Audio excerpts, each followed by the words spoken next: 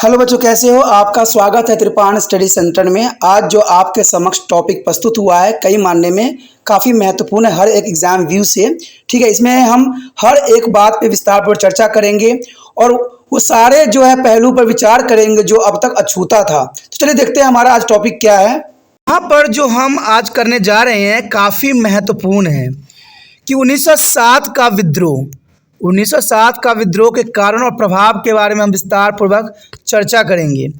इससे पहले हम यहाँ पर जो है 1907 के विद्रोह की क्या भूमिका थी उसके बारे में हम विस्तार पूर्वक चर्चा करेंगे और आगे किसान के आंदोलन के बारे में भी बात करेंगे। देखा जाए तो अंग्रेज शासन के भारतीय जमीन संबंधी ढांचों पर दूरगामी और विरोध प्रभाव पड़े। देखा जाए तो अंग्रेजी शासन का भारतीय जमीन संबंधी ढांचों पर दूरगामी और विद्रोही प्रभाव देखने को मिला। इन प्रशासनिक प्रणाली के अनुसार प्राचीन जमीन तथा जो है प्रथा समाप्त कर दी गई।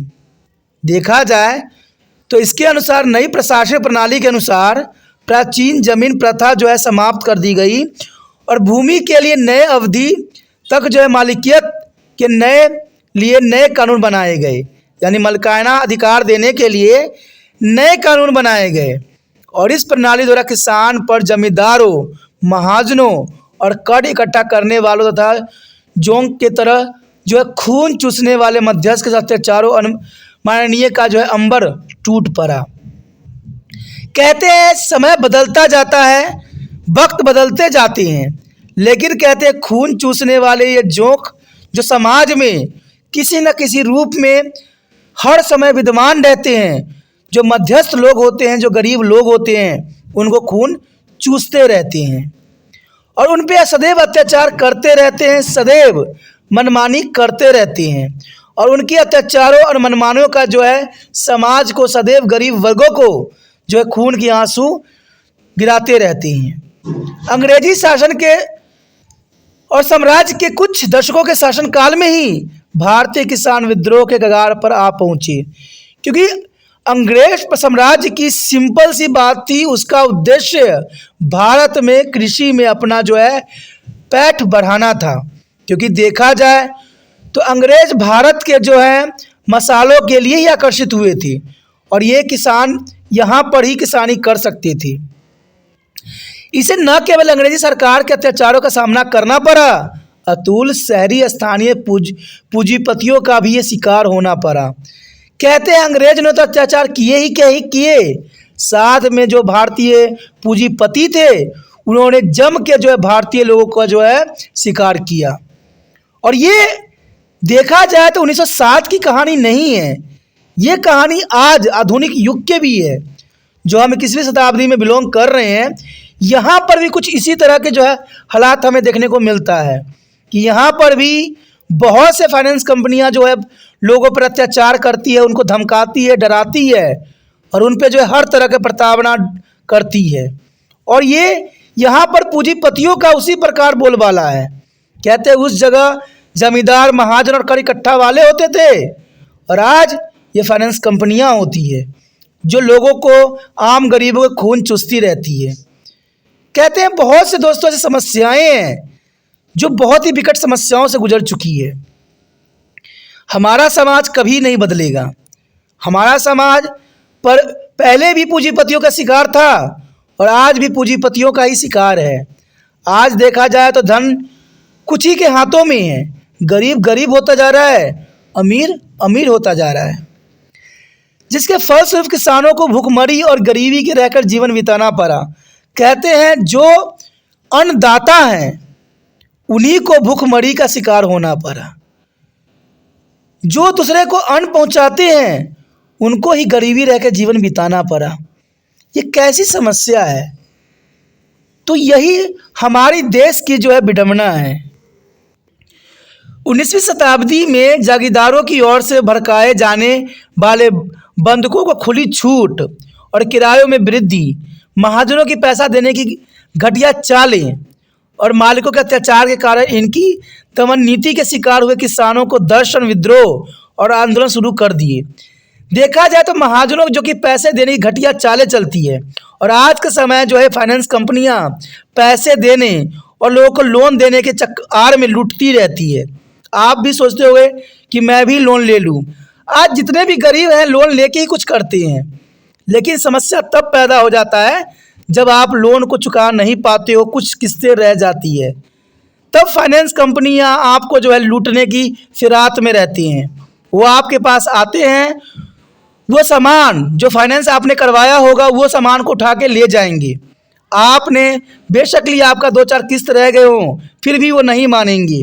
वो आएंगे, लेके चले जाएंगे और आपको कह देंगे कि 2-3 महीने में अगर नहीं आए तो आपका सामान को हम बेच डालेंगे।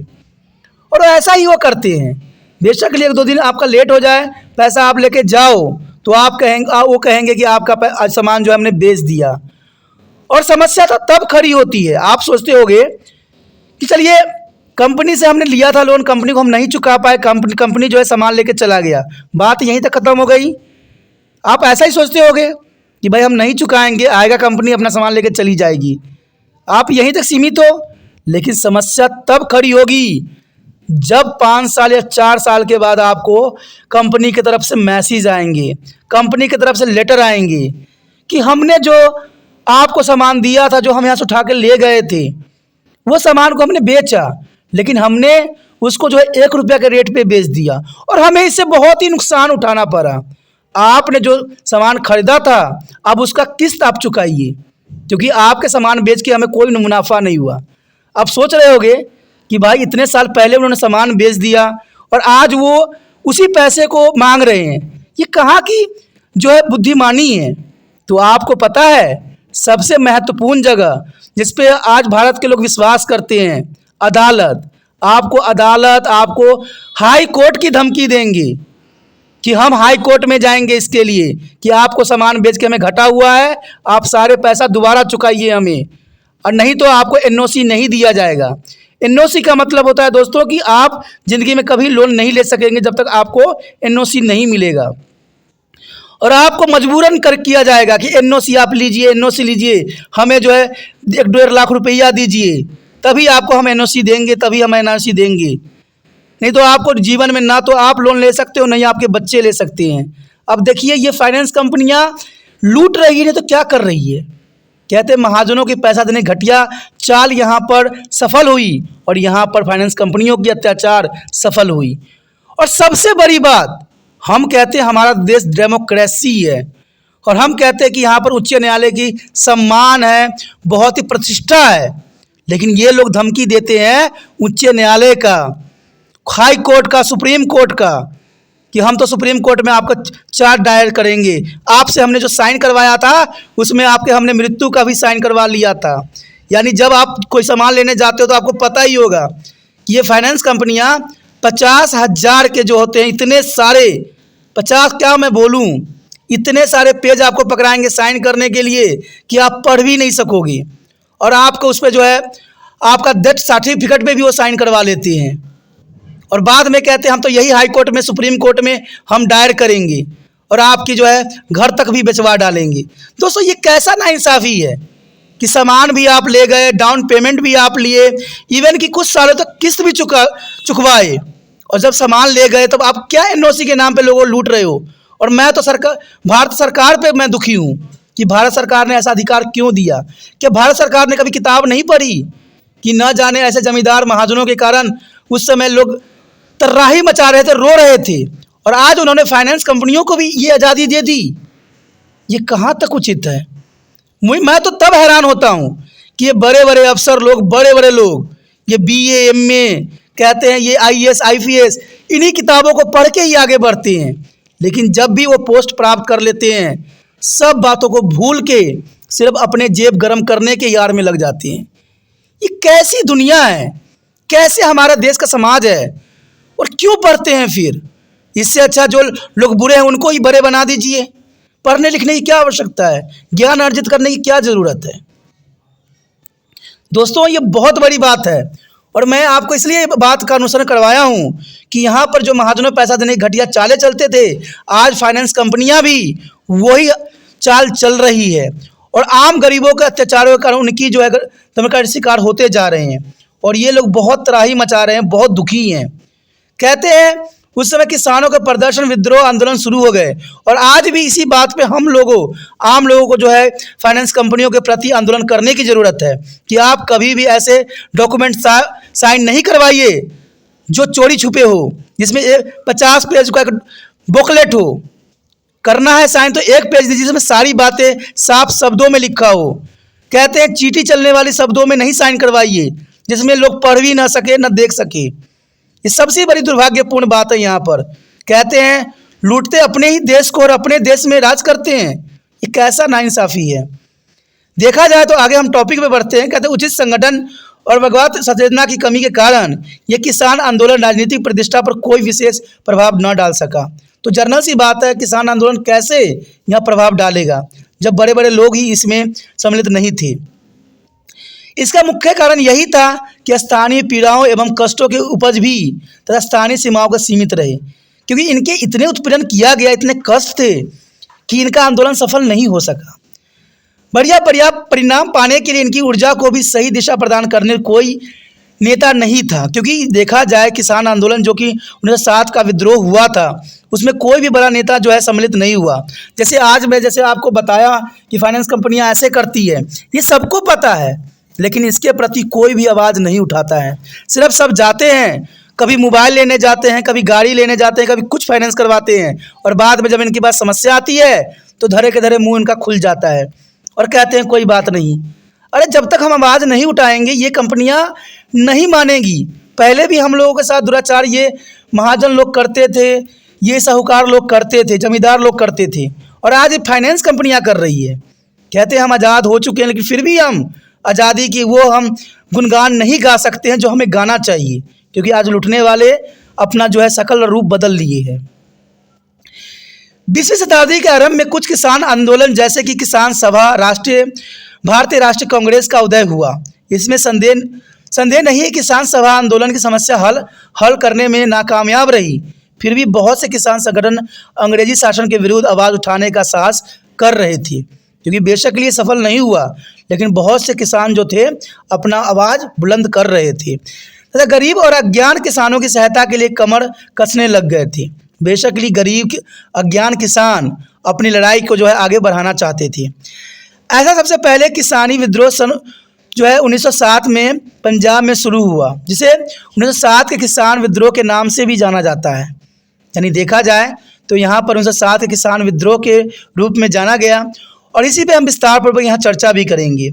इसे भारत के इतिहास में, विशेष तौर पर पंजाब प्रांत के इतिहास में मील का पत्थर समझा जाता है, क्योंकि ये आंदोलन जो है बहुत काफ़ी महत्वपूर्ण थी। इसकी अपनी ही विशेषता थी, और पहली बार अपनी दयनीय जीवन दशा और निर्मलता आर्थिक स्थिति के लिए सरकार जो है उदासीनता के प्रति दलित किसानों विद्रोह किया, और इसे अंग्रेज सरकार पंजाब की बिगड़ती हुई दशा को देखकर सावधान हो गई तथा किसान को कुछ राहत देने के लिए कदम उठाने के लिए तैयार भी हो गई। उसके पश्चात हमारे समक्ष आता है किसानों के विद्रोह के पीछे क्या कारण थे। 1907 के विद्रोह में किसानों को विद्रोह करने की आवश्यकता क्यों पड़ी। कहते हैं पंजाब के विलय के बाद पहले दशक में पूरे पंजाब में दूर दूर तक शांति, समृद्धि और अमन का बोलबाला रहा। यानी पंजाब के विलय के पहले पूरे पंजाब में शांति, समृद्धि, अमन का बोलबाला रहा। लेकिन पंजाब की दशा सुधारने के लिए सरकार ने नहरों खोदने का योजना बनाई। यह धरती अधिक उपजाऊ हो गई। बंजर भूमि की खेती बाड़ी के अंदर शामिल किया गया था और खेती बाड़ी से उत्पन्न कई गुना बढ़ गया था। यानी यहाँ पर देखें खेती बाड़ी जो है कई गुना बढ़ गई थी। इतना उत्पादन हुआ जिससे न केवल पंजाब की ज़रूरतों को पूरी हुई, अतुल भारत के अन्य राज्यों के देने के लिए भी काफ़ी अनाज उपलब्ध होने लग गया। भूमि की उपजाऊ शक्ति तथा अत्यधिक उत्पादन के कारण ज़मीन की कीमतें बढ़ गई, और इसके फलस्वरूप इन विकसित क्षेत्रों में ज़मीन खरीदने की उत्सुकता लोगों में और बढ़ने लगी। वास्तव में ज़मीन का मालिक होना समाजी स्तर और मान और सम्मान के चिन्ह माना जाने लग गया, क्योंकि कहते हैं पंजाब की ज़मीन इतनी उपजाऊ हो गई कि सभी लोगों को जो है आकर्षित का केंद्र बन गया। परंतु यह आर्थिक समृद्धि और उन्नति बहुत कम समय तक रही। एक बार फिर किसानों को आर्थिक दशा बिगड़ गई। उन्हें अपनी आजीविका कमाने के लिए पंजाब से अन्य राज्यों में जाने के लिए मजबूर होना पड़ा, और यहाँ तक विदेश में भी जाना पड़ा। पंजाब में खेतीबाड़ी श्रेणी के लोगों में बड़े ही असंतोष के कारण थे। अब देखा जाए तो पंजाब में असंतोष के कारण क्या थे, तो चलिए एक के बाद हम हर एक पॉइंट पे जो है विस्तार पूर्वक चर्चा करें। सबसे प्रथम यहाँ समस्या थी गरीबी और बेरोजगारी। कहते सरकार ने किसानों के आर्थिक दशा सुधारने के लिए उन्हें नई कॉलोनियाँ में बसने के लिए कम कीमतों पर ज़मीन दी। सरकार के इस कार्य के पीछे दोहरी नीति थी और ये दोहरी नीति उनके लिए काफ़ी महत्वपूर्ण था। एक तो नई आवासियों को वहाँ पर लाकर बंजर पड़ी धरती को खुशहाल बनाना और दूसरा उन्हें रोजगार उपलब्ध कराना था। लेकिन जैसा कि ऊपर बताया जा चुका है कि ज़मीन की कीमतें बढ़ती चली जा रही थी और इन नई कॉलोनियों में ज़मीन खरीदने और मालिक बनने का ललक लोगों को जो है आकर्षित करती जा रही थी। बढ़ती कीमतों ने छोटे किसानों को अपनी ज़मीन बेचने के लिए ललायत कर दिया, क्योंकि ज़मीन जितना कीमत बढ़ रहा था, छोटे किसान जो थे अपनी ज़मीन बेचने के लिए लालच में फंस गए और रातों रात अमीर बन गए। लेकिन सबसे अधिक दुखदायक और दर्दनीय परिणाम इसका यह निकला कि किसानों द्वारा लिए गए धन का प्रयोग धरती की उपजाऊ शक्ति बढ़ाने के लिए बिल्कुल नहीं किया गया।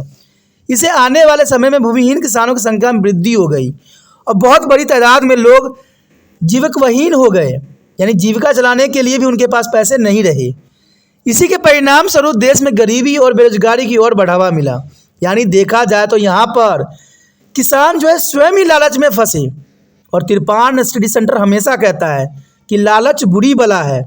और आज भी देखिए राजनीतिक नेता जो हैं हर क्षेत्र में लालच की पिटारा जो है आपको भर रहे हैं और हर समय लालच आपको देते ही रहते हैं और आप लोग जो हो लालच के आड़ में हमेशा बढ़े ही रहते हो।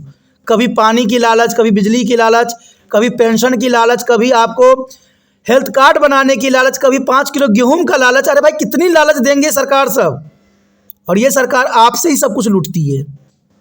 कहते उस समय भी किसान जो थे सरकार की लालच की नीतियों में आ गई और आज भारत के नेता लोग वही अंग्रेज का किया हुआ नीतियों का ही अनुसरण करते हैं और भारत में जो कहते हैं बेरोजगारी को बढ़ावा दे रहे हैं, गरीबी को बढ़ावा दे रहे हैं।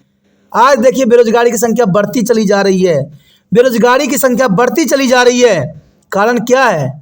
आज भी वो वही लालच का अनुसरण आप लोगों को करवा रहे हैं जो पहले करवाते थे अंग्रेज, और आज आपके लोग ही आपको लालच देते हैं और आप भी नहीं समझते हो कि पहले भी लालच खतरनाक थी। और हमने छोटे बच्चों को ये भी पढ़ाया है कि लालच बुरी बला है। लालच करोगे आपका अपना सामान भी आप खो दोगे, लेकिन आप लोग समझने की कोशिश नहीं करते। आप बड़े क्लास में हो, समझिए, कभी भी कोई लालच आपको दे उसको आप जो है तिरस्कार कीजिए, नहीं तो वो लालच आपके ही सर के टेंशन बन सकता है आने वाला समय में। चलिए देखते हैं हमारा अगला पॉइंट, महाजनों द्वारा शोषण। सबसे बड़ी बात थी महाजनों द्वारा शोषण। किसानों को अपनी दैनिक जरूरत जैसे बीज और पशुधन के लिए पैसों की जरूरत होती थी और उन्हें महाजनों से धन लेने के लिए उनका जो है मंद होना पड़ता था। जैसे कि आज फाइनेंस कंपनियों से आप लोगों को लोन लेने के लिए मजबूर होना पड़ता है। उधर महाजनों ने भी किसानों का शोषण करना शुरू कर दिया और इस तरफ आधुनिक युग में फाइनेंस कंपनी भी जो है आम गरीबों का शोषण करना शुरू कर दिया। अधिक से अधिक ब्याज दरों पर धन देने लगी और एक समय ऐसा आ गया कि अपना कर्ज चुकाने के लिए किसानों को जो है साहूकारों को, महाजनों को ज़मीन मजबूरवश बेचनी पड़ी। जैसे आप लोगों को भी फाइनेंस कंपनियां क्या करती है, आपको लोन देती है और बाद में एनओसी के नाम पे आपको जो है ज़बरदस्ती आपसे जो है आपके सारे पैसों को लूट लेती है। वैसा ही वहाँ पर ज़मीन वालों के साथ भी हुआ। इस प्रकार आप साहूकारों की संख्या बढ़ गई, क्योंकि साहूकार देखिए आज फाइनेंस कंपनियों की संख्या कितनी बढ़ी हुई है और उस समय साहूकारों की संख्या कितनी अधिक बढ़ गई, क्योंकि उनको पता लग गया था कि साहूकारी करने में ही फ़ायदा है। और आज देखिए कितने लोन वाले कंपनियां हैं, आपको आए दिन प्रतिदिन फ़ोन पे जो है 2-4 लोन वाले के तो फ़ोन आ ही जाता है, क्योंकि उनको पता है कि आज भारत के देश के जो नागरिक हैं आज भी वो सुधरे नहीं हैं और उनको फंसाइए और अपनी जो है रोटी सेकिए। यही आज जो है फाइनेंस कंपनियां कर रही है, उस समय साहूकार करती थी। आज देखिए यहाँ पर फाइनेंस कंपनियों की इतनी संख्या बढ़ गई है, बैंक के इतने फ़ोन आप लोग करते हैं लोन लेने के लिए कि मत पूछिए। कहते मुझे ही 10 कॉल आ जाते हैं दिन में, ये तो बहुत बड़ी बात है। और ये सिर्फ फंसाने के लिए होता है आपको। उस समय साहूकार भी आम गरीबों को फंसाते थे, क्योंकि पैसे उधार देने के व्यवसाय बहुत ही आकर्षक बन गया था उस समय। और आज के समय फाइनेंस कंपनियों को जो है ये आकर्षण का केंद्र बनी हुई है। आज हर कोई फाइनेंस कंपनी से जुड़ना चाहता है और अपना फाइनेंस कंपनियां खोलना चाहता है। कभी गोल्ड लोन पे, कभी घर लोन पे, कभी एजुकेशन लोन पे, कभी मोबाइल लोन पे, कभी गाड़ी लोन पे। यहाँ पर लोन की कमी नहीं है। उसी प्रकार उस समय उधार लेने के लिए जो है पैसों को लोगों को लूटना, ये सब के सब जो है साहूकारों के लिए एक बहुत बड़ा आकर्षण का केंद्र बन गया। उसका परिणाम यह निकला कि किसानों को दम पर अब साहूकार और भी अमीर हो गए। और आज फाइनेंस कंपनियां देखिए कितने करोड़पति बने हुए हैं, कितने जो हैं आपको बहुपति सब बने हुए हैं, कितने लोग जो हैं आज बढ़ चुके हैं ये सब काम करते हुए। और वहाँ पर साहूकार भी जो है अमीर हो गए, किसान अति नीच दर्जे की गरीबी में फंस गए। और देखिए गरीब तो गरीबी होता है, कहते हैं आप जिस गरीबी में हो उससे भी गरीब दशा में चले जाओगे जब इन फाइनेंस कंपनियों की आड़ में आओगे। उसके पश्चात देखें सामाजिक बुराइयों के शिकार। जब पंजाब खुशहाली के दौर से गुजर रहा था तो किसानों में बहुत सी सामाजिक बुराइयां घुस गई थी, जिन्होंने उनके जीवन को नरकीय बना दिया। किसान जुए, शराब, नशे की गंदी आदतें के शिकार हो गए तथा कुरीतियों पर जो धनाधूड़ जो है पैसा बर्बाद करने लग गए। यानी कुरीतियाँ थी उन पे जो है वो धनाधूड़ पैसों का जो है बर्बादी करने लगे, जबकि इन धनों का प्रयोग आड़े वक्त में किया जा सकता था। यानी जब बुरे वक्त होते हैं तब जाके ये पैसों का उपयोग किया जा सकता था, लेकिन ये लोग नहीं समझे। इसके अतिरिक्त किसानों में शादियों, जन्म दिवसों और मृतकों के क्रियाकलाप में खूब धन लुटाया जाता था, जिनके कारण ये जो है सामाजिक बुराइयों में फंसते ही चले जा रहे थे। उसके पश्चात अगले पॉइंट पर अगर हम नज़र दौड़ाएं तो अनावश्यक जो है मुकदमेबाजी। देखिए आज के समय अनावश्यक मुकदमेबाजी ये सबसे बड़ी समस्या बढ़ गई।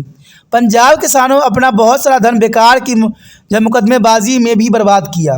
जैसे आज के समय फाइनेंस कंपनियां ये धमकी देती है कि आपको हम अदालत में ले जाएंगे, आपको न्याय के अंतर्गत, क्योंकि आपने डॉक्यूमेंट साइन किया था। सेम देखिए मैं दोनों को इसलिए एनालाइज कर रहा हूँ कि जो उस समय किसानों की हालत हुई वही आज फाइनेंस कंपनियाँ अभी वही कर रही है। इसलिए मैं आपको आँख खोलना चाहता हूँ इस सब्जेक्ट के अंतर्गत।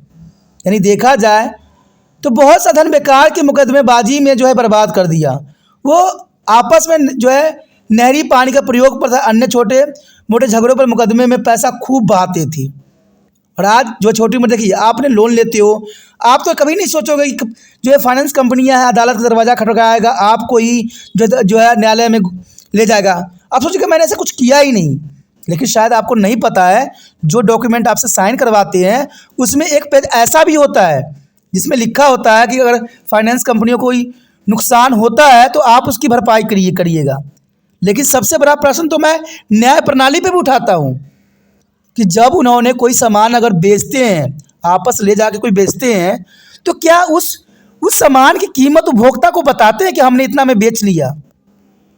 क्या 5 साल के बाद उनको याद आती है कि मुझे घटा हुआ है, मुझे तो पैसा वसूलना है एनओसी के नाम पे? तो न्याय प्रणाली भी यहाँ पर देखिए किस कदर का है। आज आधुनिक युग है, लोगों की समझ बढ़ गई है, लेकिन न्याय प्रणाली कैसी है कि 5 साल के बाद उनको याद आता है कि जो सामान हमने बेचा था उसमें हमें नुकसान हो गया है। और देखा जाए उपभोक्ता के पूछने पर कि आप 5 साल के बाद क्यों कर रहे हैं, तो वो जवाब देते हम कभी भी कर सकते हैं, आपने डॉक्यूमेंट साइन किया हुआ है। जो आपको 40-50 पेज के डॉक्यूमेंट दिए थे साइन करने के लिए, और जब साइन कीजिएगा तो ये कहेंगे सर साइन कीजिए, हमारे पास टाइम नहीं, अगला कस्टमर वहाँ बाकी है, बैठा हुआ है, हम उसे डील करना, जल्दी साइन कीजिए तभी आपको होगा। और आप साइन करते चले जाओगे। पढ़ा लिखा लोग भी उस समय बेवकूफ़ बन जाते हैं। अरे भाई 1 पेज का डॉक्यूमेंट हो तो ना लोग ढंग से पढ़ ले कि क्या क्या उनकी फितरत उसमें लिखी गई है। 50 पेज पूरा बुकलेट आम नहीं होती है, और ये आपसे साथ भी हो सकता है। इसलिए त्रिपान चंद्र का जरना सा उद्देश्य है कि हर लोग जागरूक बने, समझदार बने। जो पुराने समय में गलतियां की गई आज उस गलतियों को न दोहराएं और भारत के दोबारा जो है गुलामी की जंजीरों में न जकड़े। आज भारत बेशक ही गुलाम नहीं होगा, लेकिन मैं एक बात जानता हूं कि इन फाइनेंस कंपनियां और जो विदेशी आ रहे हैं भारत में मल्टीनेशनल कंपनियां, उसका गुलाम आप ज़रूर बन चुके हो। आज आपको घर का खाना पसंद नहीं आता है, आपको बाहर से बनाया हुआ मैकडॉनल्ड और नूडो पता नहीं कैसे कैसे चीज़ आती है जिसको मुझे नाम तक भी पता नहीं है। ऐसी चीज़ों का आप आदी हो चुके हो। और ये सारे कंपनियां भारत की नहीं है, भारत के घरों में नहीं बनती है, ये सब के सब विदेशी कंपनियां हैं और ये विदेश से हमारे भारत में अपना जो है गढ़ कर चुकी हैं। तो ये देखिए कहाँ पर समस्या खड़ी हो चुकी है। तो इसलिए यहाँ पर देखा जाए तो ये लोग जो है बर्बाद करते थे, बेशकली बहुत से पैसे जो है न्याय प्रणालियों में बर्बाद करते थे, न्यायालयों का दरवाज़ा खटखटाते थे और अपने मसले निपटाने के लिए वकीलों को खूब पैसा लुटाते थे, जबकि बहुत से झगड़े आपसी बातचीत द्वारा भी सुलझाया जा सकता है। अब देखिए आज भी तो ऐसे ही प्रावधान है, ऐसे ही है। आज हम तृतीय विश्व युद्ध में आ गए हैं और यहाँ पर जो है लोग आपस में बैठ के विचार विमर्श करके जो है मसलों को नहीं सुलझा रहे हैं। आज गोला बारूद का जो है उनको जोश चढ़ा हुआ है।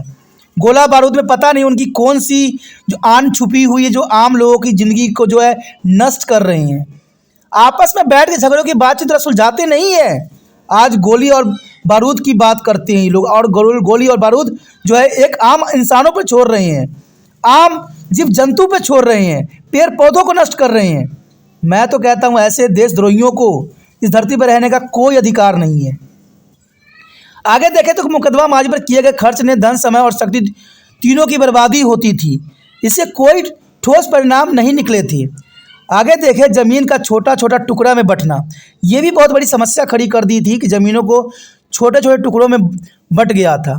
समय की चाल के साथ ज़मीन पर दबाव कई गुना बढ़ गया क्योंकि परिवार में प्रौढ़ सदस्यों की संख्या बढ़ती चली जा गई थी और इसका परिणाम यह निकला कि ज़मीन का बंटवारा होने लगा तथा ज़मीन के छोटे छोटे टुकड़ों में बांटा जाने लगा जो आर्थिक दृष्टि से ठीक नहीं थे। और इतना ही नहीं, ज़मीन जायदाद के बंटवारों पर झगड़े शुरू हो गए जो आज भी होते हैं और इससे भी किसानों में गरीबी बढ़ती ही चली गई।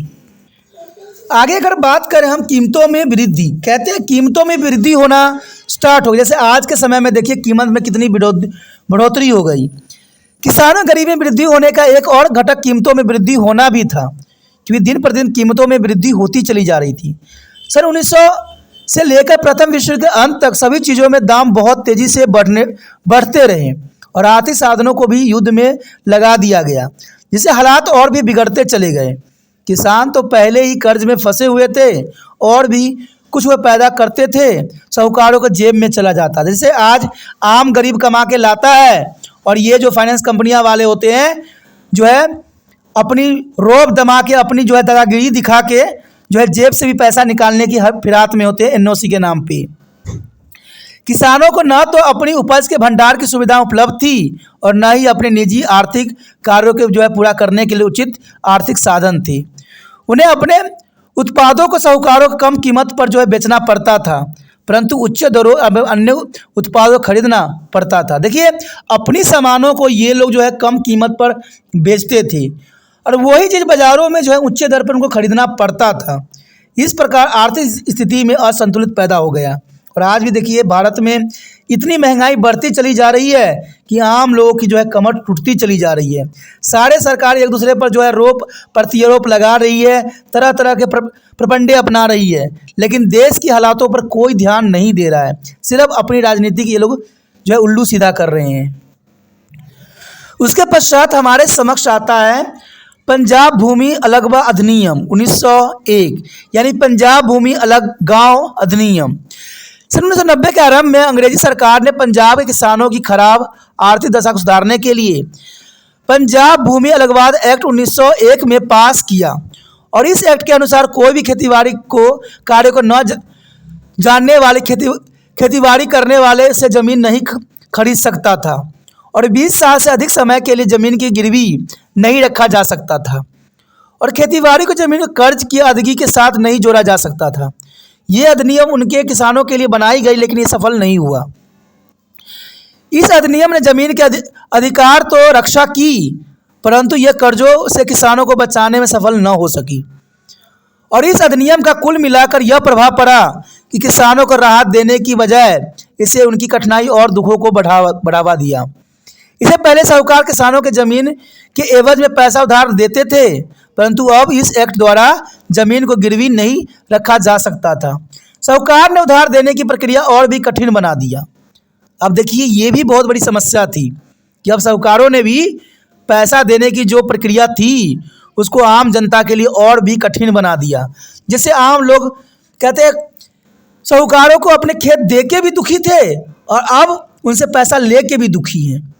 तो कहते हैं हर जो है कहते हैं बड़े बड़े लोगों का यही बात होती है कि चित्त भी उनका होता है, पट भी उनका होता है, उन्हीं की लाठी होती है, उन्हीं की भैंस होती है, और हम लोग सिर्फ एक कहते हैं ना पिसने वाले व्यक्ति होते हैं कि इनके आड़ों में, इनके जो है बातों में हमेशा हम पिसते रहते हैं। तो ऐसी समस्या उस समय 1901 में हुई जब यहाँ पर पंजाब भूमि अलगवाद अधिनियम पास किया गया। उसके पश्चात हमारे समक्ष आता है प्राकृतिक आपदाओं के कारण किसानों की मुश्किलें। कहते हैं इंसान तो लूट ही रहे थे, ऊपर से प्राकृतिक आपदाओं ने भी किसानों कहीं को नहीं छोड़ा। प्राकृतिक आपदाओं के कारण लोगों की मुश्किलें बड़ा ही उग्र रूप धारण कर गई और इससे अधिकारों के विरुद्ध विस्तृत रोष और प्रतिक्रिया पैदा की। 1905 से 1906 में कपास के कीटों में बर्बाद कर दिया था, यानी 1905 से 6 में कपास को कीटों ने जो है बर्बाद कर दिया और गेहूं की फसल आकस्मिक वर्षा के तबाह हो गई। दोनों फसलों के बीज बड़ी ही उच्च कीमत पर बिक रहे थे।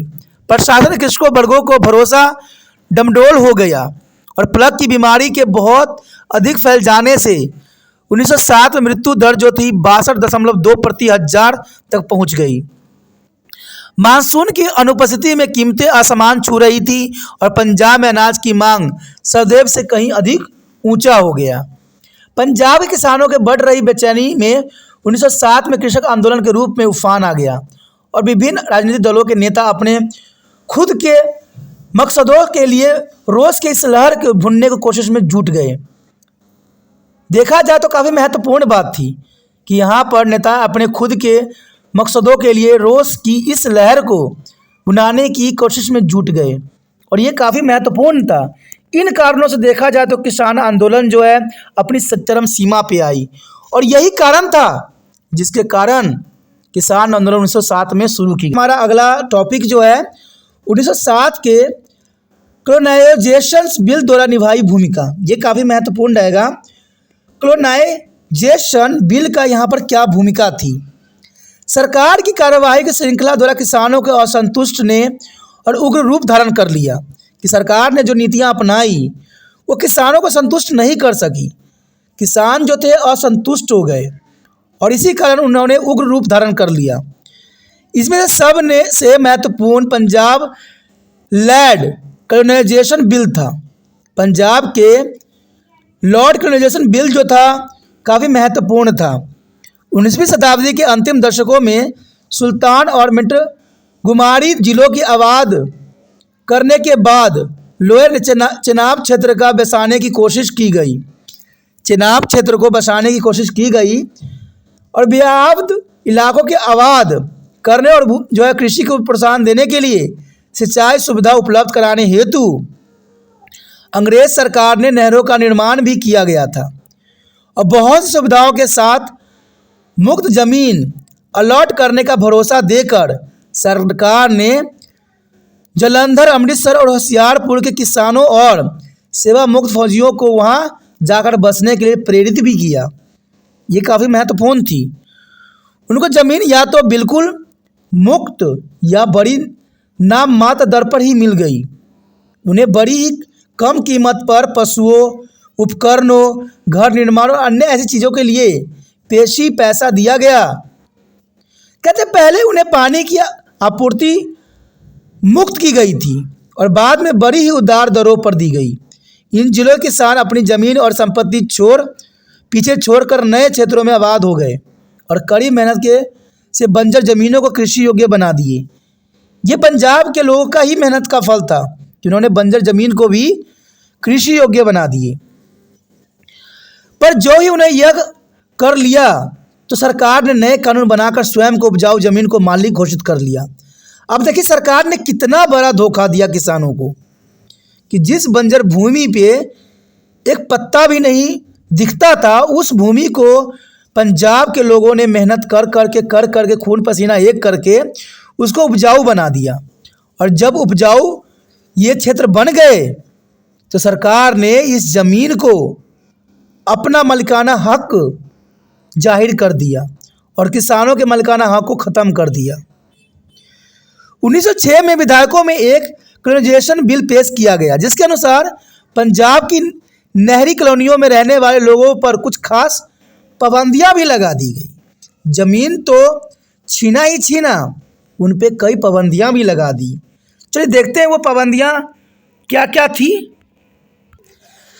देखा जाए तो पंजाब के किसानों ने नई कानून के नई पहलू का जमकर विरोध किया। ये विरोध किस रूप में था? जमीन देने की निर्धारित शर्तों का अवहेलना करने पर सरकार जुर्माने लगाकर या जमीन जब्त करके अवैधकारों पर अपने नियंत्रण को मजबूत करने की कोशिश करती थी और इन शर्तों में पौधारोपण करना, सफाई की स्थिति बनाकर रखना, नामिंद स्थानों पर मकान बनाना और रियायती जरूरत इत्यादि पूरा करना शामिल थे। इसे अवैधकार पसंद न करते थे और 1906 के आबादीकारी बिल ने जुर्माने लगाने की कानून रूप दे दिया और ज़मीन देने की शर्तें और भी कड़ा कर दी। ये बहुत बड़ी समस्या थी उस समय किसानों के लिए। यह बिल किसान मालिकों की प्रचलित धाराओं के विपरीत था और इसने अवैधकारों और विरासतनामा बनाने के हकों पर पाबंदी लगा दी। नए कानून में आदेशित था कि केवल ज़मीन पर खेती करने वाले पिता के पुत्र को ही ज़मीन प्राप्त करने का अधिकार होगा। अब देखिए उनकी कितनी बड़ी यहाँ पर नीति आया, केवल ज़मीन पर खेती करने वाले पिता के बड़े पुत्र को ही ज़मीन प्राप्त करने का अधिकार होगा।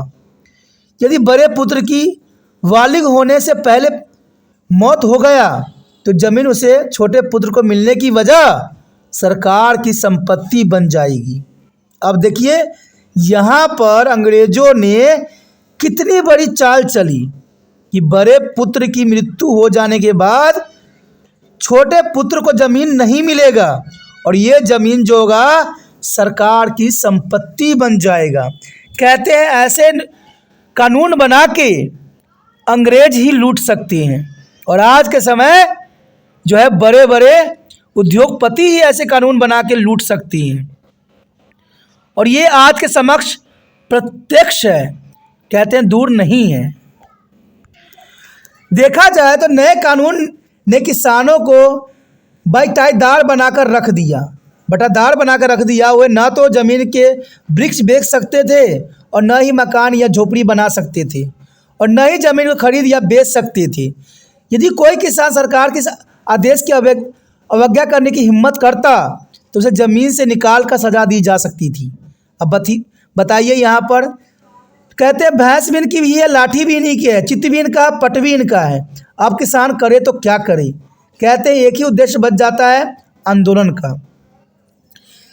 सिविल अदालतों और अवैधकारों की शिकायत सुनने की मनाही थी। अब देखिए सिविल अदालतें भी इनकी बातों को नहीं सुन सकती थी, ये भी इसमें प्रावधान बनाया गया था और केवल अवैधकारी अधिकारी की व्याख्या ही सही और जायज़ मानी जाती थी। यानी कहते हैं आम व्यक्तियों की यहाँ बात नहीं सुनी जाती है। जैसे आपको पता ही है कि अगर भारत में फाइनेंस कंपनियाँ अगर ऐसी झूठी जो है केस दायर करती है तो कहते हैं भारत के न्यायालय चीन को जो है इसके खिलाफ कार्रवाई करने की आवश्यकता थी, लेकिन आज भी न्यायालय प्रणाली जो है उनके जो है बुकलेट को देखती है, उनके कागज़ों को देखती है, लेकिन ये नहीं देखती है कि इतने पेज के कागज़ आपने क्यों बनाया। इस पर प्रश्न उठाना चाहिए अदालत को कि आप एक गरीब व्यक्ति को कोई सामान बेच रहे हो तो इतने बड़ा का पेज क्यों बनाते हो। मैं तो कहता हूँ कि आज अदालत भी जो है एक आम इंसान ही चलाता, कोई रोबोट नहीं चलाते हैं। तो ये बात जो है अदालत के न्यायाधीश को भी समझना चाहिए कि जब इतने पेज का बुकलेट बनाते हैं ये लोग और धड़ल्ले से 50 साइन करवाते हैं तो 50 साइन में व्यक्तियों को कैसे पता चलेगा कि इसमें जो है उनका अपनी मकसद वाले कौन कौन चीज़ उन्होंने शामिल किया हुआ है।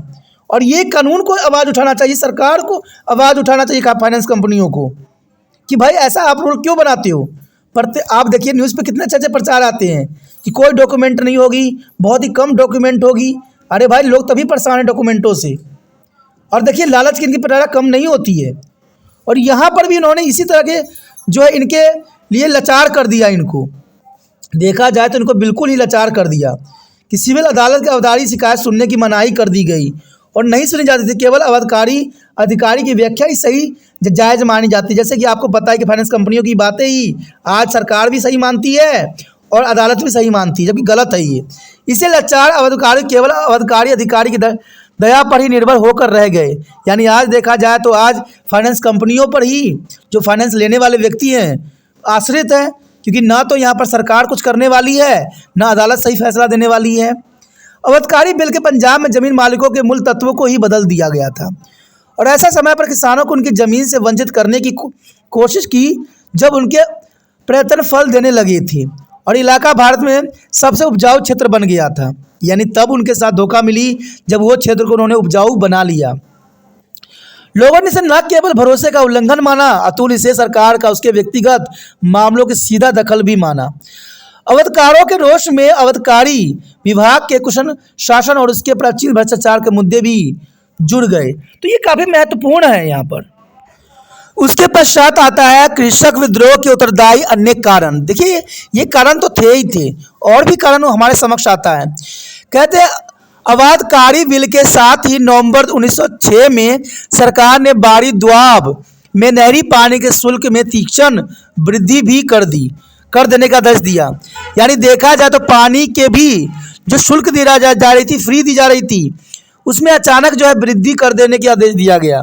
जहां से अमृतसर, गुरदासपुर और लाहौर जिलों में सिंचाई होती थी, स्वयं से ये औसत वृद्धि ही 25% थी, पर विशेष फसल पर यह 50% जो है ऊंची थी। इसके साथ ही नई सेटलमेंट और परिणाम स्वरूप जो है रामापिंडी जिले के भूमि लगान में भी तीखी वृद्धि हो गई। कहते किसान अपने दैनिक जीवन में दखल देने की सरकार की कोशिश और साथ ही निम्न अफसरशाही व्यापक भ्रष्टाचार के कारण पहले चिड़े हुए थे, जो कानून के जाल द्वारा उपलब्ध किया किसी भी मौके का हाथ से नहीं जाने देना चाहते थे और उन्हें रिश्वत के लिए परेशान भी किया करते थे। जैसे आपको पता ही है कि आज फाइनेंस कंपनियां भी ऐसे ही करती है। एनओसी के नाम से आपको लाख, 2000, 2500 ऐसे हरकंडे अपनाती है। तरह तरह के मैसेज देती है कि एनआईसी आप 1000 में ले जाइए, 2000 में ले जाइए, 1 लाख में ले जाइए, नहीं तो हम जो है न्याय के दरवाज़ा खटखटाएंगे।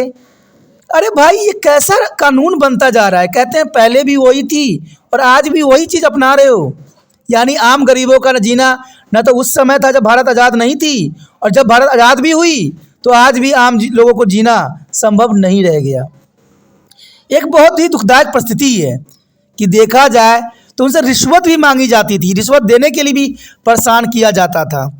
इवन देखें कि इसके साथ ही व्यास दोआब नहरों में गन्ने और कपास की जल शुल्क दर में जो है 100% बढ़ोतरी कर दी गई और इस कार्रवाई को पहले से ही विदेशी व्यवस्था द्वारा सताए सूत्र और चीनी के दशाएं उद्योग पर बड़े ही धक्के के रूप में देखा गया। तो देखा जाए तो ये काफ़ी महत्वपूर्ण यहाँ पर बात आता है। उसके पश्चात हमारे समक्ष आता है किसानों का विद्रोह 1907। अब ये सब कारण जो था विद्रोह का जो है सूत्रपात होना, बिगुल बजाना आम हो गई। कहते हैं उपरोक्त दशाएं गए घटकों ने किसानों की चिंता, भ्रम, असंतोष को बढ़ावा दिया और वो अब समझ गए थे कि अंग्रेज शासन काल में उनके दुखों और कठिनाइयों को कोई हल नहीं निकाला जा सकता है, बल्कि उन्हें बढ़ावा दिया जा रहा है। जैसे आज के समय फाइनेंस कंपनियों को जो है सरकार बढ़ावा देती है और सरकार खुद कहती है कि लोन लो, लेकिन सरकार ये नहीं कहती कि जो रूल रेगुलेशन बनाया गया है उसका एनालाइज सरकार नहीं करती है।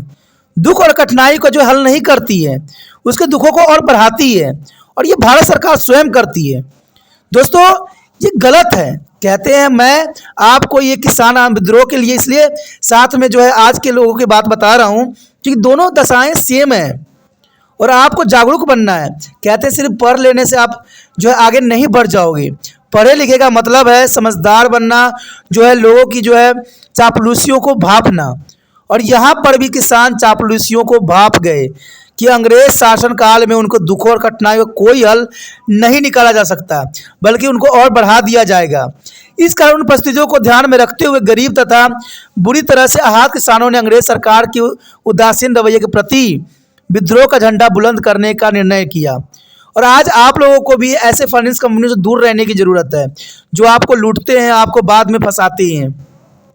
जब आप लोन लोगे ना तो तरह तरह की बातें बड़े बड़े प्यार से करेंगी, लेकिन जब आप ले लोगे तो आपको जो है इस तरह से फटकारेंगे जैसे आपने बहुत बड़ा अपराध किया हुआ है। उसी प्रकार किसान ने भी यहाँ पर जो है झंडा जो है विद्रोह का उठा लिया। तो आपने भी यहाँ पर ऐसे फाइनेंस कंपनी से दूर रहना है। कहते हैं ऐसे चीज़ों को फाइनेंस ना करवाए जो आपको जीवन के जो है दुखों का कारण बन जाए। कहते हैं किसानों के दिलों में अंग्रेज शासन के न्याय और निष्पक्षता पर विश्वास टूट चुका था। तब तक दुनिया में भी काफ़ी उलटफेर हो चुका था। छोटे से देश जापान द्वारा शक्तिशाली रूस का हार और अपमान, बंगाल विभाजन, लोगों द्वारा विरोध आदि घटनाओं ने किसानों को सरकार के मांग बनवाने के लिए विद्रोह का जो है बिगुल बजाने के लिए विवश कर दिया। क्योंकि आपको पता ही है कि जापान जो छोटा सा देश था रूस को हरा दिया, और इस हारने के कारण जो है भारतीय किसानों में भी एक नई जो है जोश का लहर फूंक दिया, और इसी कारण जो है इन्होंने भारत में जो है अंग्रेजों के विरुद्ध युद्ध का विद्रोह का जो है बिगुल बजा दिया। उग्रवादी गतिविधियों और कुर्बानियों ने भी किसानों को विद्रोह करने के लिए काफ़ी प्रेरित किया, और बाल गंगाधर तिलक का नारा था, स्वाधीनता हमारा जन्मसिद्ध अधिकार है, स्वाधीनता हमारा जन्मसिद्ध अधिकार है। और बांके दयाल का यह गीत पगड़ी संभाल जट पगड़ी संभाल वे बहुत ही लोकप्रिय बनकर जन जन तक पहुंच चुका था, और यह भी किसान में काफ़ी मशहूर हो गए थे क्योंकि इनका जो विचारधारा था किसानों के अंतर्गत था। इस समय तक पंजाब में भारतीय राष्ट्रीय कांग्रेस का शक्तिशाली संगठन बन चुका था। यानी इस समय तक पंजाब में भारतीय राष्ट्रीय कांग्रेस का शक्तिशाली संगठन बन चुका था, और कॉलोनल जेम्स बिल ने पंजाब कांग्रेस के नेताओं को ये नियोजित ढंग से अंग्रेज जो है साम्राज्यवादी के विरुद्ध अपनी शिकायतों और संबंध में जो है आवाज़ बुलंद करने के लिए रोष सभाएं आयोजित करने का अवसर भी प्रदान कर दिया। और नहर कॉलोनियों पर केंद्र बनाए गए, और जहां कांग्रेस नेताओं ने आह्वान की प्रतिक्रिया में बड़ी ही गिनती में किसान इकट्ठा हुए, और इसे किसान आंदोलन का एक रूप दे दिया गया। देखा जाए तो सरकार की वह कृषि नीति जो किसानों के पक्षधर नहीं थी, उनकी कठोर आलोचना की गई। अग्रणी जमीन मालिकों और आर्य समाज समेत स्थानीय वकीलों से संबंधित वार्ड जिम्मेदार जो है जमींदारों संघ ने स्वामित्व और मीटिंग आयोजित की, जिसमें बिल की भवनता करने की, जुर्माना न अदा करने की, पैरवी करने का मत पास किए गए। और 11 मार्च से लेकर 1 मई 1907 तक लाहौर, रामापिंडी, अमृतसर, सिलाकोट, बटाला और गुरदासपुर, गुजरावाला और लायपुर आदि जगहों पर प्रदर्शन जो है किसानों का शुरू हो गया। राष्ट्रीयवादी नेताओं और लाहौर ने कारकुनों में सहभागिता से यह विद्रोह और तीक्ष्ण रूप धारण करता चला गया। इसमें शामिल होने वाले मुख्य व्यक्ति जो थे लाजपत राय और अजीत सिंह थे। उन्होंने कॉलोनी क्षेत्रों से बाहर भी अपनी मांगों को सर्विदा किया और आंदोलन में बड़ा योगदान भी किया। समस्त प्रांत की शहरी और ग्रामीण आबादी का समर्थन इस आंदोलन का जो है उपलब्ध करवाया। तो देखा जाए तो इनकी काफ़ी महत्वपूर्ण यहाँ पर स्थान है। लाजपत राय और अजीत सिंह ने जो है किसान आंदोलन को और भी जो है मजबूत बनाया। इन मीटिंगों में शामिल होने वाले लोगों की गिनती तेज़ी से बढ़नी शुरू हो गई, क्योंकि कहते हैं जब उद्देश्य सही होता है, मकसद सही होता है, तो लोगों का साथ भी उस जगह बहुत ही अच्छा मिलता है। और यही यहाँ पर किसान आंदोलन में भी हुआ। 1907 में लायपुर में हुई मीटिंग में करीब 10,000 आबादकारी शामिल हुए। देखा जाए तो कविता पगड़ी संभाल ओए जट्टा इस आंदोलन का प्रतीक बन गया। यानी उस समय कविता पगड़ी संभाल ओए जट्टा इस आंदोलन का प्रतीक बना, और इससे पंजाबी किसान में आत्मसम्मान की अनुभूति पैदा की। कहते लाजपत राय ने जमीन पर मालिक के किसानों के जायज़ दावों को साबित करते हुए कहा कि सरकार यह ज़मीन कहाँ से आई है, सरकार के पास ये ज़मीन कहाँ से आई, और हमारी पुरखों का खून इस ज़मीन पर बहा है। हमने इसे जीता इन्हें आबाद किया है। या तो ज़मीन हमारी है या फिर भगवान की है। सरकारी अधिकारियों का काम हमारी सेवा करना है, हम पर शासन करना नहीं है। जलों का या मृत्यु का भय मत रखो। ये बात जो है यहाँ पर लाला लाजपत राय ने साफ शब्दों में किसान आंदोलन के समक्ष कहा। 1907 के देखा जाए कृषक विद्रोह में सरदार अजीत सिंह एक महान क्रांतिकारी नेता के रूप में उभरा। उसने अपनी देशवासियों को बताया कि लाखों भारत में मौजूद 50,000 अंग्रेजों को आसानी से परास्त कर सकते हैं, क्योंकि भारत में अंग्रेज सिर्फ 50,000 थे और भारत में जो भारतीयों की संख्या उनसे 100 गुना अधिक थी। अजीत सिंह, किशन सिंह और सूफी आबाद प्रसाद के प्रयत्नों के कारण अंजुमन मुहिवन ए वतन शामिल हुए, जिसे भारत माता सभा ने भी जाना जाता था। इनका सिद्धांत था, वह जो दूसरे के अधीन है वे अन्य लोगों के बारे में सोचा नहीं कर सकती। बात सत्य है कि वह जो दूसरे के अधीन हो वो अन्य लोगों के बारे में नहीं सोच सकता है, और वो देश के बारे में तो कभी सोच भी नहीं सकता।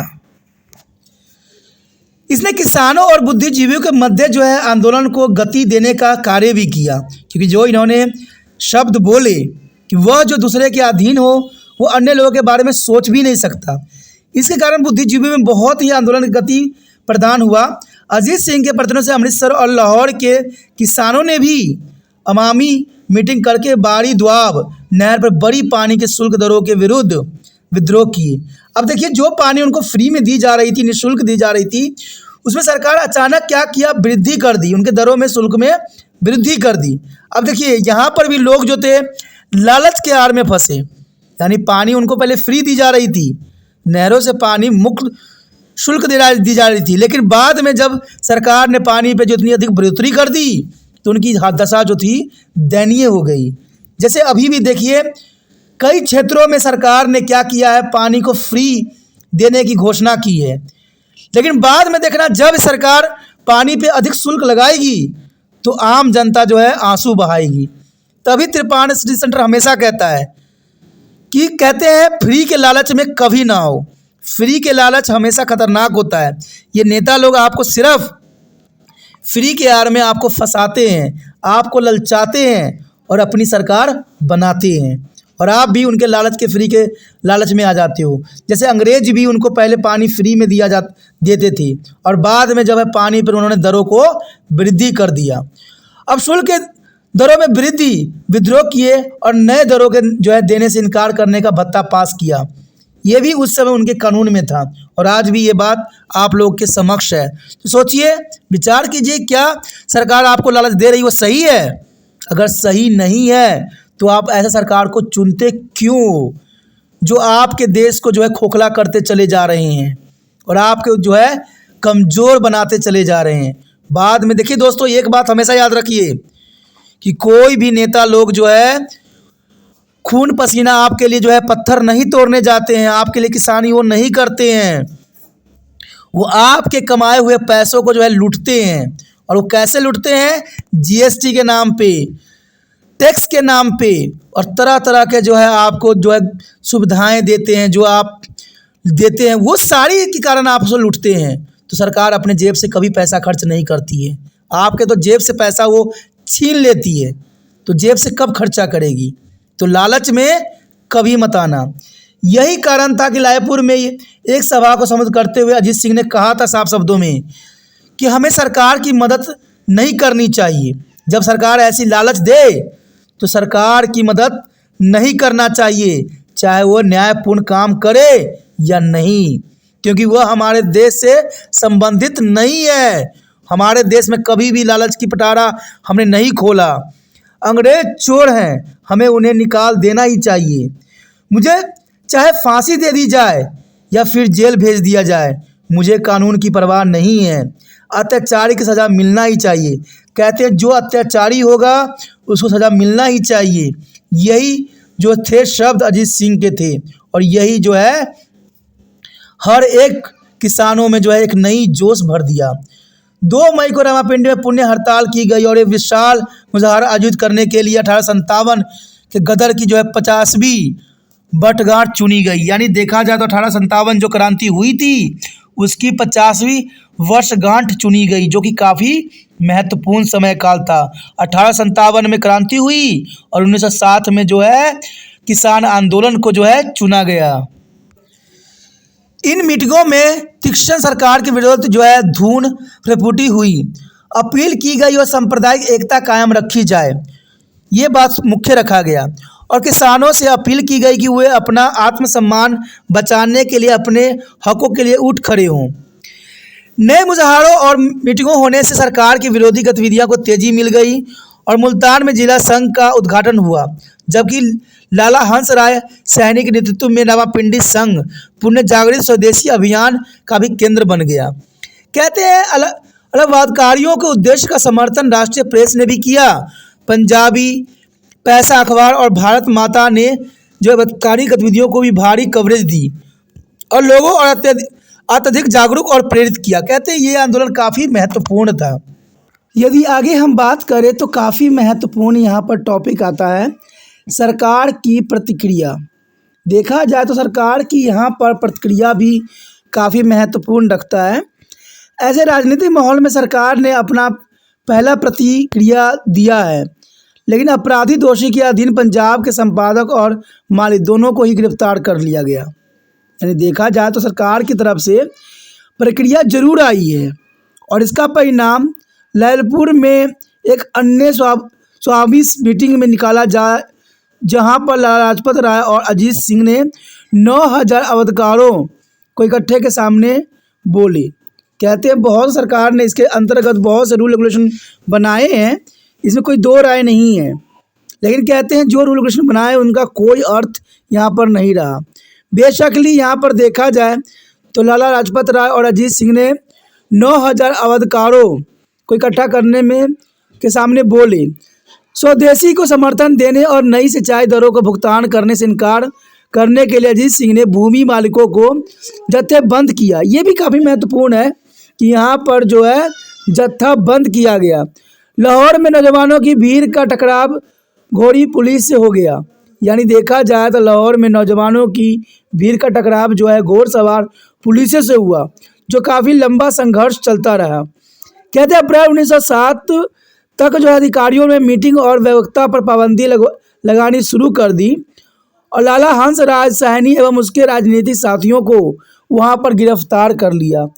तो ये काफ़ी महत्वपूर्ण है कि अप्रैल 1907 तक जो है अधिकारियों में मीटिंग और व्यवस्था पर पाबंदी लगानी शुरू हुई। तो कहते हैं ये किसान आंदोलन काफ़ी महत्वपूर्ण था।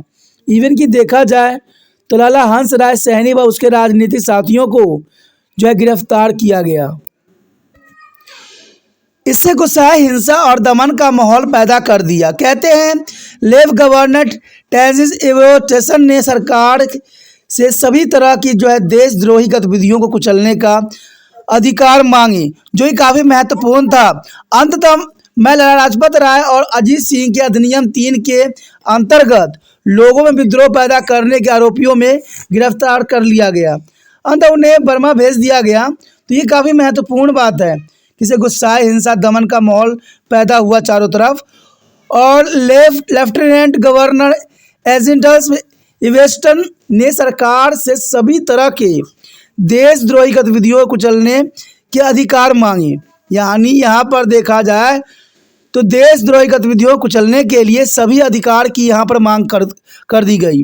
और अंत में लाला लाजपत राय और अजीत सिंह को अधिनियम 3 के अंतर्गत लोगों में विद्रोह पैदा करने के आरोप में गिरफ्तार कर लिया गया तथा उन्हें बर्मा भेज दिया गया। और यह किसान आंदोलन की चरम सीमा थी। ये किसान आंदोलन की सबसे महत्वपूर्ण टर्निंग पॉइंट थी। कहते हैं रामापिंडी में कुछ राजद्रोही साहित्य पकड़े गए और इसके लिए पिंडी दास को गिरफ्तार करके जेल के जो है सिखाचों में डाल दिया गया। यानी देखा जाए तो 4 दीवारियों में इनको कैद कर दिया गया। और जसवंत राय और अथलेव और रामापिंडी में सभा आयोजित करने के आरोप में जेल की सज़ा दे दी गई। तो ये किसान आंदोलन का जो है सरकार के प्रति सरकार की जो प्रतिक्रिया थी वो देखने को हमें मिल रहा है। जैसे जैसे किसान आंदोलन गति पकड़ने लगा और आम जनता में भी लोकप्रिय होने लगा, सरकार की नींद खराब होने लगी। उन्होंने प्रांत की बिगड़ती हुई खतरनाक स्थिति को अनुभव किया और इन परिस्थिति को देखते हुए उस समय के भारत के गवर्नर जनरल लॉर्ड मिंटो को बिल वीटो करने के लिए मजबूर होना पड़ा। तो ये बात काफ़ी महत्वपूर्ण बात है कि जैसे जैसे देश की हालत बिगड़ने लगी, गवर्नर को भी सोचना पड़ गया। इसलिए गवर्नर जनरल लॉर्ड मिंटो को बिल वीटो करने के लिए मजबूर होना पड़ा और इसके अनुसार पंजाब को जेलों में कैदी बनाए गए सभी किसानों को रिहा कर दिया गया और उन्हें बर्मा भेज दिया गया। उन्हें छोड़ दिया गया और वापस पंजाब आने की अनुमति दे दी गई। इस प्रकार 1907 का किसान आंदोलन समाप्त हुआ। तो ये काफ़ी महत्वपूर्ण है कि यहाँ पर सरकार की सकारात्मक पहलू न देख के नकारात्मक पहलू यहाँ अधिक नज़र आई, और फिर बाद में सरकार ने अपनी गलती सुधारने के लिए सभी किसानों को जो है आज़ाद कर दिया, क्योंकि ये इनका कोई अपराध था नहीं। अब चलिए देखते हैं विद्रोह की परिणाम क्या निकला। आगे विद्रोह की परिणाम को चर्चा करने से पहले एक प्रश्न आपके मन में उठ रहा होगा कि यहाँ पर लाला लाजपत राय के साथ अजीत सिंह का भी नाम आया है। लाला लाजपत राय के बारे में तो आपको भली भांति ज्ञान है, बट अजीत सिंह के बारे में आपको थोड़ा कम नॉलेज होगा। तो मैं बता दूं कि अजीत सिंह जो 1907 ईस्वी के कृषक विद्रोह में जो है सरदार अजीत सिंह का महान क्रांति नेता के रूप में उभरा। यानी 1907 ईस्वी के कृषक विद्रोह में सरदार अजीत सिंह एक महान क्रांतिकारी नेता के रूप में उभरे, और अजीत सिंह किशन सिंह और सूफी आवा प्रसाद के प्रयत्नों के कारण अंजुमन मुहाविन ए वतन स्थायी हुए, जिसे भारत माता सभा से भी जाना जाता है। यानी देखा जाए तो अजीत सिंह जो थे अंजुमन मुहिवान ए वतन साथी हुए, जिसे भारत माता सभा के नाम से भी जाना जाता है। अजीत सिंह के प्रयत्नों से अमृतसर और लाहौर के किसानों में भी जो है अवामी मीटिंग करा के बारी दुआब नहर पर बढ़ी पानी के जो है शुल्क दरों के विरुद्ध विद्रोह किए और नए दरों के देने से इनकार करने का जो है भत्ता पास किया। तो ये बात काफ़ी महत्वपूर्ण थी कि अजीत सिंह ने जो पानी के शुल्कों में वृद्धि की गई थी, इनके खिलाफ इन्होंने किसानों का जो है मोर्चा तैयार किया। तो अजीत सिंह के बारे में आपको पता चल गया होगा कि अजीत सिंह कौन थे। अब चलिए हम देखें विद्रोह के परिणाम क्या निकले, विद्रोह में क्या किसानों को सफलता मिली या न मिली। तो ये सारी बातें हमें जो है विद्रोह के परिणाम को देख के ही पता चलेगा कि आखिर विद्रोह का परिणाम कैसा था। 1907 ईस्वी के कृषक आंदोलन के सत्य की बस्तीवाद राज्य के विद्रोह विरुद्ध जो है पंजाब के लोगों का पहला महत्वपूर्ण संघर्ष कहा जा सकता है, और इसके परिणाम काफ़ी महत्वपूर्ण निकले। देखा जाए तो सबसे पहले जो है कॉलोनाइजेशन बिल में संशोधन, कॉलोनाइजेशन जो है बिल में संशोधन किया गया। कहते हैं विश्व विद्रोह के परिणाम स्वरूप वायसराय ने जो है कॉलोनाइजेशन बिल ये वीटो कर दिया गया, बिल को जो है वीटो कर दिया गया, और पंजाब सरकार ने पानी की बढ़ रही दरें आपस लेनी पड़ गई, क्योंकि कहते हैं पहले सरकार ने इनको जो है फ्री का लालच दिया, और बाद में जब इनकी सिक्का नहीं चला तो पानी के दरों में जो है बहुत काफ़ी वृद्धि कर दी। एक अधिकृत जांच ने यह स्थापित कर दिया कि पानी की दरों की वृद्धि के विरुद्ध किया गया विद्रोह काफ़ी हद तक वाजिब था, क्योंकि पानी प्रत्येक व्यक्ति प्रत्येक जीवन के लिए महत्वपूर्ण है। इसलिए आज भी मैं यही बात की वकालत करता हूँ कि ना तो किसी को पानी फ्री में मिलना चाहिए और ना ही पानी को हम वेस्ट करना चाहिए। सरकार जो आज ये पैतरा अपना रही है, फ्री करने की बात कह रही है, कहते हैं अगर हम फ्री कोई चीज़ कर देते हैं तो लोग उसका महत्व को भूल जाते हैं, और हम ये बात जानते हैं कि पानी हर जीवन के लिए महत्वपूर्ण है, और हमारे पृथ्वी में पानी की कमी नहीं है। लेकिन देखा जाए तो पीने लायक पानी सिर्फ 0.1% के आसपास भी से भी कम है। तो ये बहुत बड़ी विडंबना है, लेकिन फिर भी आज इंसान जो है पानी का कदर नहीं समझ रहे हैं, और सरकार जो है पानी पे अपनी राजनीति कर रही है। तो ये गलत है, और सरासर ये गलत भी रहेगा। कहते जो कॉलोनाइजेशन बिल अंत में 1912 में पास किया गया, वो करीब उन सभी एतराज़ों से मुक्त था जो इससे पहले आने वाले बिलों में उठाए गए थे। अब सबसे पहले तो आपको मन में ये दुविधा उत्पन्न हो रहा होगा कि कॉलोनाइजेशन बिल का अर्थ क्या था। तो मैं आपको साफ शब्दों में बता दूं, कॉलोनाइजेशन बिल का से अर्थ था कि ब्रिटिश सरकार द्वारा कॉलोनियों में किसानों को मुफ्त या फिर बहुत ही कम कीमतों पर ज़मीन बांटी गई थी। ये मैंने पहले भी डिस्कस कर चुका हूँ कि कॉलोनाइजेशन एक्ट के अंतर्गत जो है किसानों को मुफ्त ज़मीन बांटी गई थी, और ये ज़मीन वो थी जो उनको दिया गया था। उन पर नियंत्रण करने के लिए कॉलोनाइजेशन बिल पास किया गया, और इसके अनुसार सरकार ने स्वयं को उपजाऊ ज़मीन का मालिक घोषित कर दिया और किसानों का मालिक का हक ख़त्म कर दिया। इससे अवधकारी ने अभ्यस्तनामा बनाने के हकों पर पाबंदी लगा दी, और नए कानून ने किसानों के बटादार बनाकर रख दिया, यानी बटादार बनाकर रख दिया। और वह न तो ज़मीन के वृक्ष बेच सकते थे, ना ही मकान या झोपड़ियां बना सकते थे, और न ही ज़मीन खरीद या बेच सकते थे। इवन देखा जाए तो ब्रिटिश सरकार ने ये किया कि बंजर भूमि को जो है किसानों को फ्री में दे दिया, और जब इन्होंने मेहनत पसीना बहा के इसको जो है एक उपजाऊ भूमि में कन्वर्ट कर दिया, तो वहाँ पर सरकार ने क्या किया, उन पे अपना मलकाना हक जमाने लग गए और किसानों से जो है उन ज़मीनों को छीन लिया। तो यही ग्लोबलाइजेशन बिल था जिसको सरकार ने पास किया था। अगला हमारा जो है पॉइंट आता है किसानों में जागरूकता, काफ़ी महत्वपूर्ण है। देखा जाए तो किसानों के लगातार और जत्थेबंद विद्रोह की शक्ति का ज्ञात हो गया जो उसके मांगे मनवा सकता था। यानी देखा जाए तो यहाँ पर किसानों ने बहुत ही जो है महत्वपूर्ण विद्रोह का जो है अंजाम दिया। उन राष्ट्रवादी के नए विचारों और राष्ट्रवादी आंदोलनकार जिसे प्रतिनिधि सरकार के बारे में जोर दे रहे थे उसका भी पता चल गया था। यानी कि किसानों में बात जागरूकता आ गई कि ब्रिटिश सरकार सिर्फ उनका जो है शोषण कर रहे हैं, उनके लिए कुछ भी जो है अच्छा नहीं कर रहे हैं। देखिए दोस्तों, कहते हैं ना, शोषण करना हमारे देश की पुरानी एक परंपरा रह गई है, और ये परंपरा कभी जाती नहीं है। ये दिन प्रतिदिन जो है और भी मजबूत और सशक्त बनती जा रही है। सब ये कहते हैं कि हम जनता के लिए करते हैं, जनता की भलाई करते हैं, लेकिन देखा जाए तो वास्तविक भलाई उनकी अपनी होती है। सबका साथ, सबका विकास, सबका कुछ भी नहीं होता है, सिर्फ होता है उन लोगों की विकास। अगर ऐसा नहीं होता तो देखिए हमारे देश में कई सरकार बने, सबका यही विचारधारा थी, लेकिन क्या आज भी बेरोजगारी खत्म हुई? क्या आज गरीबी खत्म हुआ? क्या महंगाई खत्म हुआ? कहते हैं कुछ भी खत्म नहीं हुआ, सबका तैसा का वैसा ही पड़ा हुआ है। सिर्फ हम अपने आप को ये कहने के लिए जो है बाध्य हो गए हैं कि हम विकसित राष्ट्र बनते जा रहे हैं। हम कुछ भी नहीं बनेंगे, ये मुझे विश्वास है। जब तक सरकार की नीतियाँ यहाँ बदलेगी नहीं, तब तक इंसान कहते हैं कभी भी हमारा देश जो है प्रगतिशील नहीं हो सकता।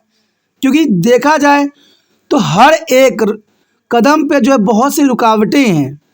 सिर्फ सरकार जो है कागजों में ये बात दिखाने की कोशिश कर रही है कि हम विकसित हैं, लेकिन वास्तविक हकीकत में जाइएगा, वास्तविक क्षेत्रों में जाकर देखिएगा तो वो विकास आपको अधूरा दिखाई देगा, कहीं भी दूर दूर तक जो है नहीं दिखाई देगा। और इसका सबसे बड़ा कारण इंसानों को जो है भारत के नागरिक को जागरूक नहीं होना है। आज भारत के नागरिक जो है ऐसे ऐसे मंत्रियों की बातों को आंख बंद करके मान लेते हैं। अगर हम अगला पॉइंट पे बात करें तो काफ़ी महत्वपूर्ण रहेगा किसानों और शहरी नेताओं के बीच आपसी संबंध।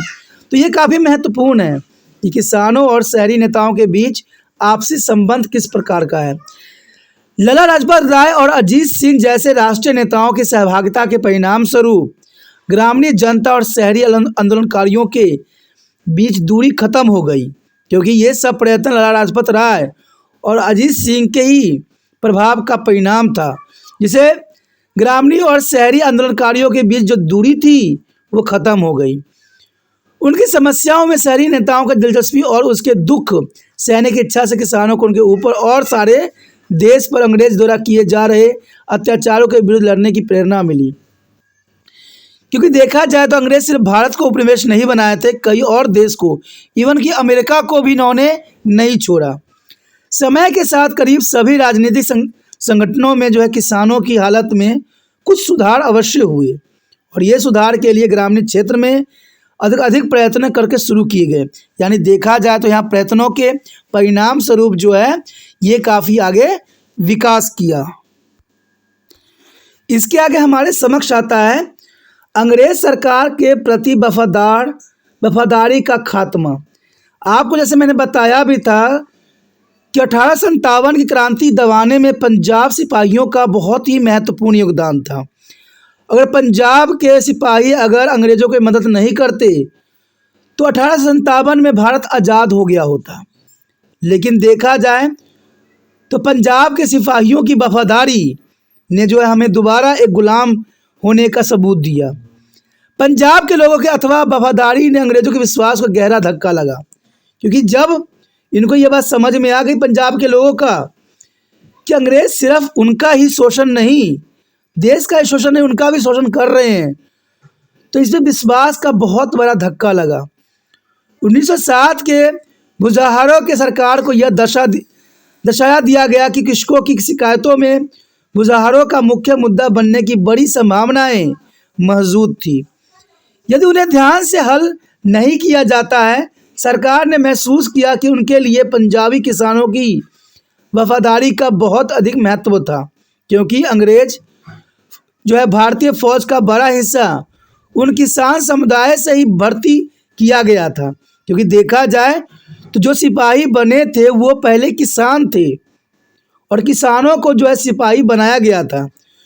तो किसानों का दर्द जो है उन फौजियों को मालूम थी, समझ थी, जिन्हें जवाज बल कहा जाता था। यानी सब के सब पहले किसान समुदाय से संबंध रखते थे और वफादारी लुप्त हो जाने पर उन्हें यह जवाज लोग उपलब्ध हो सकेंगे।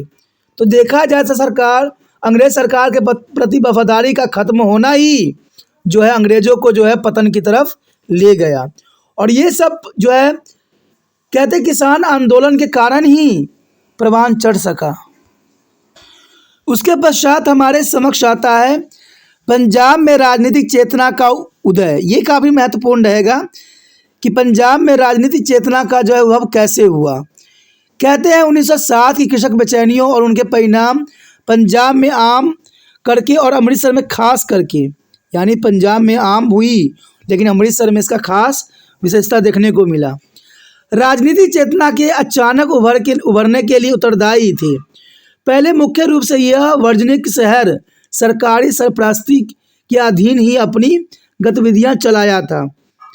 इस शहर को अभी भी शिक्षा में बिछड़ा हुआ माना जा रहा था, क्योंकि इस शहर को हम शिक्षा में अधिक बिछड़े हुए उस समय मान रहे थे और यहाँ पर बड़ी ही कम राजनीतिक गतिविधियां देखने को मिलती थी।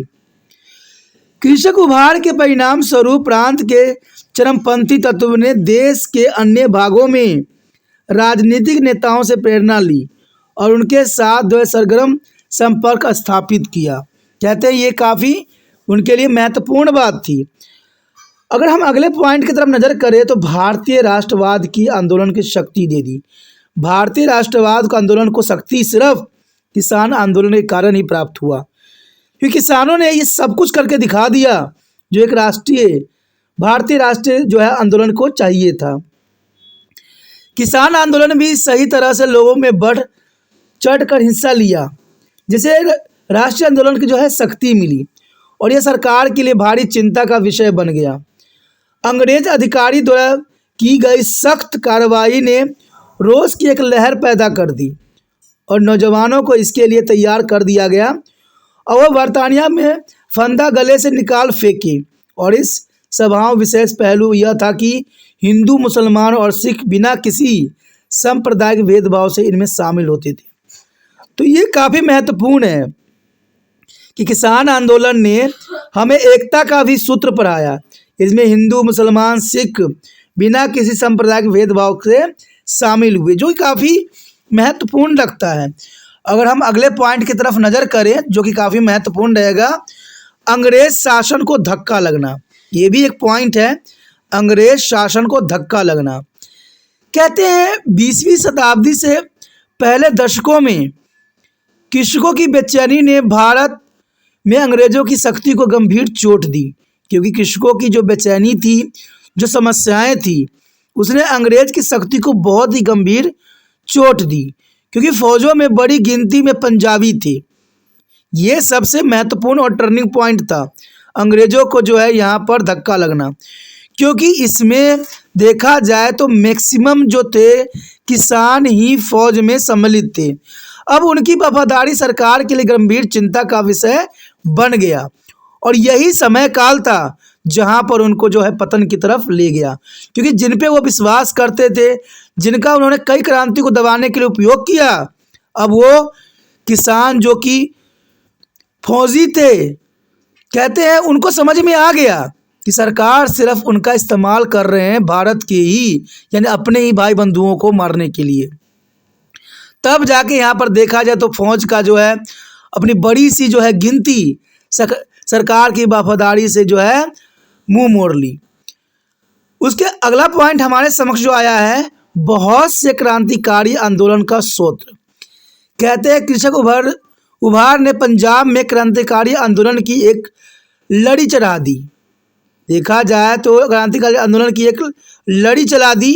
जैसे पंजाब में गदर आंदोलन, बब्बर अकाली आंदोलन, कीर्ति किसान आंदोलन और मुजाहरा संघर्ष और नौजवान भारत सभा ध्वज जले सोसाइटी और क्रांतिकारी आंदोलन। इसके विषय में हमने पहले ही पढ़ चुका है, ठीक है। इसके पहले चैप्टर में हमने इसके पूरा विस्तार पूर्वक चर्चा किया था। अगर आपने पिछला वीडियो नहीं देखा है तो उसको ज़रूर देखिए। इसमें हमने जो है अकाली आंदोलन, गदर आंदोलन, बब्बर अकाली आंदोलन, सबके विषय में हमने विस्तार पूर्वक चर्चा किया, जो कि काफ़ी महत्वपूर्ण रहता है। तभी त्रिपाठी स्टडी सेंटर हमेशा कहता है कि कोई वीडियो मिस नहीं कीजिए, सभी वीडियो आपके लिए काफ़ी महत्वपूर्ण रहता है, इंपॉर्टेंट रहता है, ठीक है। तो त्रिपाठी स्टडी सेंटर ये भी चाहता है कि ये वीडियो दूसरे बच्चों तक भी पहुँचे और इसका माध्यम आप बन सकते हो। अगर आपको ये वीडियो समझ में आती है, अच्छा लगता है, तो जर्नल सी बात है दोस्तों, आपको भी त्रिपाठी स्टडी सेंटर को मदद करने की आवश्यकता है। जितना हो सके इस वीडियो को शेयर करने की भावना आपके मन से जो है धुंधला नहीं होना चाहिए, ठीक है। और इसके लिए आपको बहुत कुछ नहीं करना है, थोड़ा सा प्रयत्न करना है, जो आप आए दिन करते ही रहते हो, ठीक है। यूट्यूब से लिंक को कॉपी कीजिए और व्हाट्सएप एड्रेस पे लगा दीजिए। जो बच्चे आपके कांटेक्ट में होंगे वो ज़रूर देखेंगे, जरूर इसका जो है फ़ायदा उठाएंगे। क्योंकि कहते हैं ना, हम अगर वही बात अब फिर से दोहराने लग गए कि अच्छी बातों को हम दबाते चले गए, जैसे हमने बहुत जगहों पर देखा, तो हमारा देश कभी भी आज़ाद नहीं होगा। उस समय हमें अंग्रेज जो थे प्रताड़ना दे रहे थे, अंग्रेज हमारा शोषण कर रहे थे, साहूकार कर रहे थे, जमींदार कर रहे थे। और आज के समय देखा जाए, जो हमारे द्वारा चुने गए नेता हो, हमारे द्वारा बड़े बड़े कंपनियों को जो समर्थन देने की बात हो, चाहे से फाइनेंस कंपनियां सब हो, सब आपका शोषण करते ही रहेंगे। समय बदला है, लोगों की नीति नहीं बदली है, लोगों का विचार नहीं बदला है। इसलिए आप अपना विचार बदलिए, जितना हो सके इस वीडियो को शेयर कीजिए। क्योंकि जब तक सारे बच्चे समझदार नहीं होंगे, समझ उनके पास ये बात की नहीं रहेगी, तब तक देश हमारा कभी प्रगति नहीं कर सकता। पहली बार वीडियो देख रहे हो, पहली बार मेरे चैनल पे आए हो, तो जर्नल सी बात है दोस्तों, चैनल को सब्सक्राइब करके अपने मोबाइल में सेव कर लीजिए, तभी जो है आने वाला वीडियो का नोटिफिकेशन आपको प्राप्त हो सकेगा। सोचिए नहीं, विचार न कीजिए, चैनल को सब्सक्राइब करके अपने मोबाइल में सेव कीजिए।